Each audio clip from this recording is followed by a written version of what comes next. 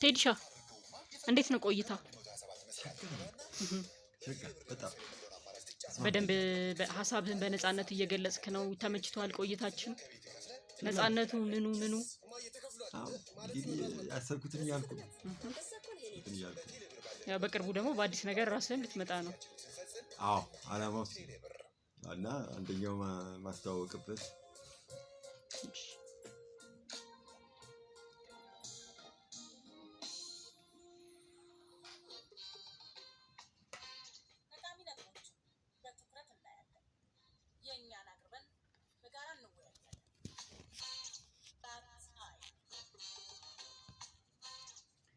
ተመልሰናል አድማጮቻችን ከቴድሮስ አክሊሉ ወይም ደግሞ ቴዲ አሃዱ ጋር እስካሁን ቆይታ እያደረግን ነው።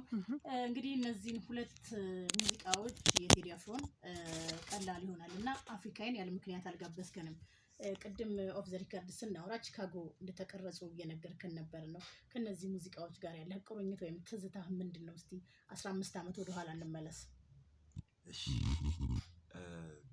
እንደምታውቁት አቡጊዳ ባንድ በአብዛኛው ቺካጎ በነበሩ ልጆች ነበር የተመሰረተው መጀመሪያ እና ቺካጎ ደግሞ ሬጌ ውስጥ ነበረ።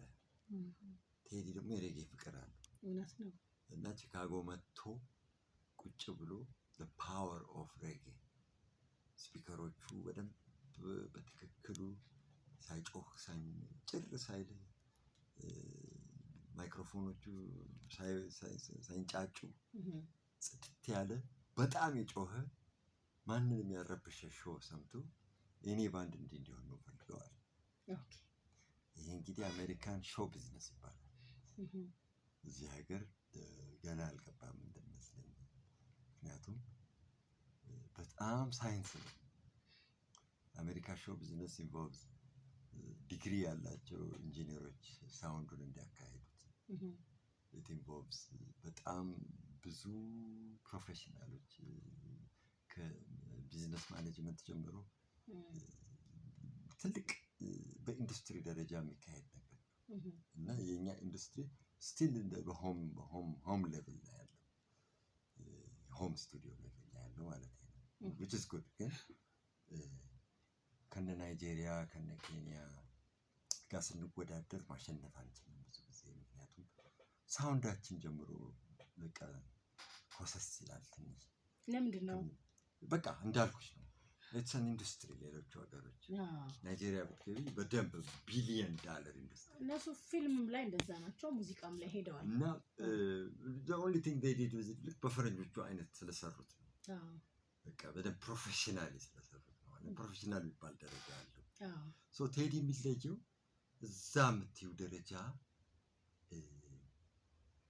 ላይ ለመድረስ ጥረት እያደረገ ይመስለኛል ድርጅቱ። ሁሌ ምሳሌ ትልቅ ስቴዲየም የሚያክል ሾው ከሆነ ያመጣል ከጃሜይካን ሳውንድ ማን የቦብ ማርሊ ሳውንድ ማን ነው የሚያመጣው። በዓለም ደረጃ እንደሆነ ገብቶታል ራሱ። ምክንያቱም በቃ ማንም ያየ ሰው የሚገባው ነገር ነው። ስለዚህ ኢትዮጵያ ውስጥ ብቻ ነው የሚነዝረው። ግን ያው ኢትዮጵያ እንዝጋሽ ብለው ሲጀመከሩ ነው ሊዘጓት፣ ግን አልዘጋለች ማለት ፓወር ናት፣ ብርሃን ናት።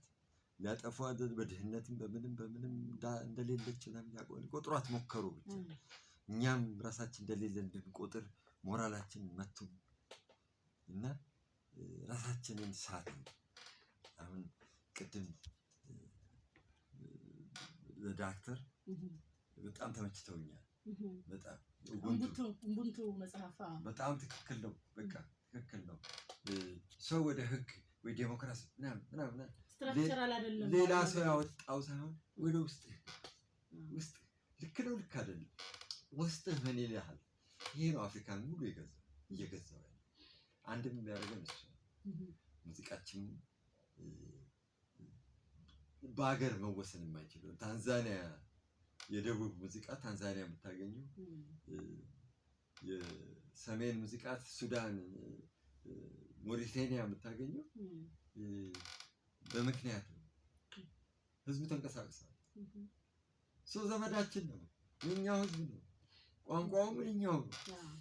ስለዚህ መለያየት ቢለው ነገር በሙዚቃ በምናምን ዓለም ስትመጪ ሴንስ አይሰጥም። እንደ ወፎች ነው። ሙዚቃ ወፍ ነው። ቪዛ አይመታለች ብሎ ነው የሚሄደው። እውነት ነው። ስለዚህ ምናልባት የቴዲ አፍሮ ስራዎች ላይ አሻራ ካለ እስኪ እናውራ እሱ ላይ። እሺ ሶ ቺካጎ መጣ። ቺካጎ ዋይልድ ሄር የሚባል ክለብ አለ። የነ ዘለቀ ገሰሰ ከመግዛታቸው በፊት ዘለቀ ገሰሰ ከ6 ሰዎች አንድ ነው። ግን እነሱ ተቀጥረው ይሰሩ ነበር ዋይልድ ሄር ውስጥ። ዋይልድ ሄር የካንትሪ ክለብ፣ ካንትሪ ዌስተርን ሙዚቃ ክለብ። በኋላ እነሱ ገዝተውት ነበር። ግን በወር አንዴ ወይ በሳምንት አንዴ ሬጌ። ምክንያቱም ካንትሪ ዌስተርን ይቀሰቀሰ። ኦኬ ቴዲ ያንን አይቷል። ቴዲ እዛ ውስጥ ገብቶ ነው ያን ሳውንድ የሰማው። በዛ ደረጃ በዛ ሌቭል ነው ባንድ መሆን ያለበት ብሎ የወሰነው ዋይልድ ሄር ገብቶ ነው። እዛ ቤት ደግሞ በየቀኑ ነው። እኛ ሁሉ ደግሞ እዛ ነው የሰለጠነው። ፉል ባንድ። በኋላ የዘለቀ ገሰሰ ቤተሰብ እና አዲስ ገሰሰ ተባብረው አንድ ላይ እንደገዙ ዘለቀ አዲስ ገሰሰ ፍቅሩ ዘለቀ አዲስ መላኩ ረታ ደረጀ መኮንን ትክክል አስራት አእምሮ ስላሴ ሩፋኤል ወደባሪ። አሁን ቴዲ አፍሮ ባንድ ውስጥ ሩፋኤል አለ። ሶ እነዚህ ባንዶች የመጀመሪያው ዳሎል የሚባለው ባንድ ለሁለት ተከፈለ። አንደኛው ባሮ ይባላል፣ አንደኛው ጊዜ ይባላል። እኔ እንደዛ ነው መከፋፈላቸው። ግን ሳያቸው የሴንጆ ልጆችና የጎሬ ልጆች ነው ያልኩት። የጎሬ ልጆች እና ሙሉ ጌታ ገሰሰ እና ዘለቀ የሴንጆ ልጆች እና የጎሬ እንደዛ ብዬ ነው በቃ የታይ ተፈጽሎ ነው ያየሁት። የጎሬ ልጆች ናቸው እነ ዘሌ። እና የሁለቱ ውህደት ነበር ውበቱ። ገባሽ? ኢትዮጵያ ድሮ ሴንሴሽንስ የሚባል የከተማ ልጆች ብቻ የሚጫወቱት ነገር ነበር። ብቻውን አይጥምም፣ ግን ሙሉ ሲሆን ሲቀላቀልበት ዜን ጣዕሙ እየወጣ ይመጣል። አቡጊዳ ባንድ ውስጥ ቴዲ ማስተር አድርጓታለች። አቡጊዳ ባንድ ውስጥ አሻራ አለህ? እንዴት ነው እስቲ እሱን እናውራ። አቡጊዳ ባንድ ውስጥ እንግዲህ የዛሬ 15 ዓመት ስቱዲዮ ልግባ ተባለ። ቴዲ ተፈቶ ከእስር ቤት ቺካጎ መጣና ቤት ተከራይቶ መኖር ጀመረ። ስቱዲዮ እየገባ ነው። የምንቀዳው ኤርሚያስ የሚባል ኤርሚያስ ከበደ ቤስ ፕሌየራችን ቤት ውስጥ ስቱዲዮ አለው። ቤት ውስጥ በቀን 1 ሰዓት ተኩል እየነዳን ከቺካጎ እሱ ቤት ገጠር ውስጥ ነው የሚኖረው። ቤቱ እየሄድን እንቀዳለን። እሱ ስቱዲዮ እዛ ነው የተቀዱት 10 ምናምን ዘፈን። እነዚህ አሁን ያሉት እንግዲህ ላስረዳሽ 10 ምናምን ዘፈኖች ተቀዱ። ከዛ በኋላ ቴዲ እነሱን ቀዳና አዲስ አበባ መጣ። አዲስ አበባ መጣና ሲያሰማቸው አፊን ጊዜው አልነበር። ብቻ አንድ ነገሩ አልበቃም ለዛ ዘመን። የታይም ጉዳይ ነው። የሙዚቃው ውበት ምናምን አይደለም፣ ታይሚንግ ቁልፍ ነገር። ሌላ ጥቁር ሰው የሚል አልበም አወጣ። በዛን ጊዜ የዛ ጊዜ የሚጠይቀው ግን እሱ ውስጥ ማን አለ መሰለሽ? ቀላል ይሆናልና አፍሪካ ይላል። ከዛ ከመጀመሪያው 15 ዓመት በፊት ከነበሩት ጥቁር ሰው ውስጥ የተካተቱ አሁን የሚጠቀስኳቸው ለዚህ ነው። አሁን አዲስ ደግሞ የሚለቀቀው ውስጥ ኢትዮሪካስ 5 ወይ 4 ወይ 6 ውስጥ አሉ። እነዛ ከ15 ዓመት ውስጥ ከተቀመጡት ውስጥ ጊዜያቸው ደረሰ ማለት ነው። እስኪ ምናልባት 5-6 ስራዎች እንዳሉ እየሰማሁ ነበር። አንተ ከቴዲ ስራዎች ውስጥ ምናልባት ከድሮዎቹም ከአሁኑም ካለ እስኪ በደንብ ግልጽ አድርግልን። ቴዲ ብዙ የሚሰራው ስቱዲዮ ነው። ከአንድ ስቱዲዮ ሚዚሻን ጋር። ምክንያቱም በጣም ብዙ እንትን ባክ ኤንድ ፎርት አለ። አሰራሩ የቴዲ አሰራር ያው ኳሊቲ ማተር ነው። የኳሊቲ ጉዳይ ኳሊቲ ብቻ ሳይሆን የራሱ ህልም ላይ በጣም እንትን ነው ትንከባከባታል። ገባሽ? ስለዚህ አንዳንዴ ትልልቅ እንትኖች ቀላል ነገር አይደለም የተናገርከው። ትልልቅ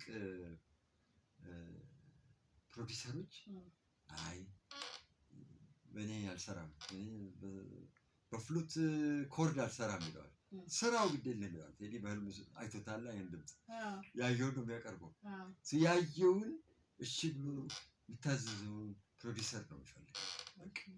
እና አንዳንዴ ከባንድ ሙሉ ባንድ ጋር አሰራር ነው የማምነው። አሁን ይሄ አልበም የዛሬ 15 ዓመት ሙሉ ባንድ የተሰራ ስራ አሁን ቲዮሪካ ውስጥ ያለው በሙሉ ባንድ ማለት ነው። አዎ ባንዱ ለብቻው ደንግጬ ይጫወታል ቴዲ ሌላ ክፍል ሆኖ ያንን ዘፈን ግጥሞቹ ምናምን አሰላስሎ ብለው